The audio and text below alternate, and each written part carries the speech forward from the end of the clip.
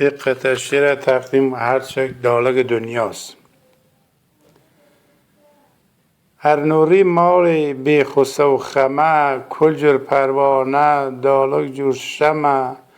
هر نوری مال خرمان خمه، پای دالگ بزن لو مال کمه.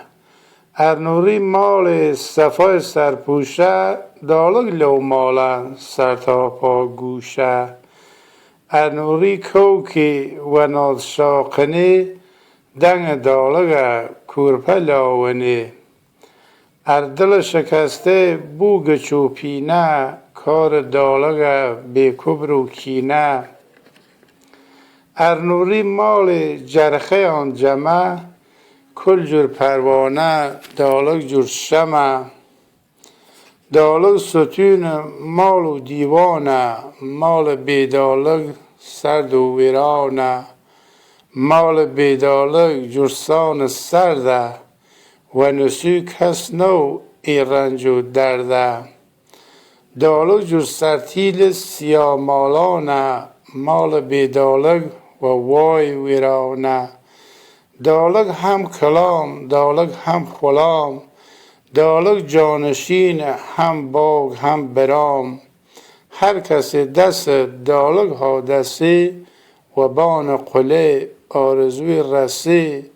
هر که نصیحت دالگ ها گوشی، لباس خم و خسه نپوشی.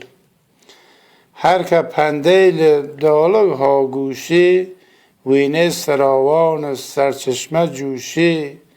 هر کسی و مال دالگ مهمانه، میرکان دل لخم پنهانه.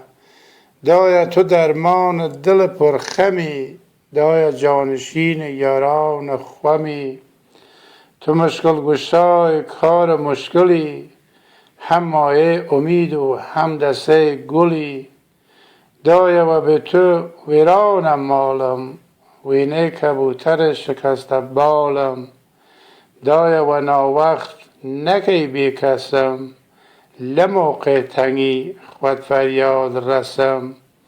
هم باغ هم دالگ هم دل نوازم، هم راگه امید و هم جگه نازم.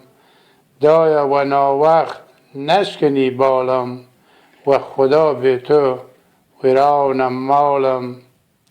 کاش مرگم بکفی او نوع مرگت، نونم تابوت و جنازه سردت. شیر حلالم که دای گرانم، امید قلب و نور چوانم. دست او دست فاطمه زهرا، و السلام علیکم و رحمت الله.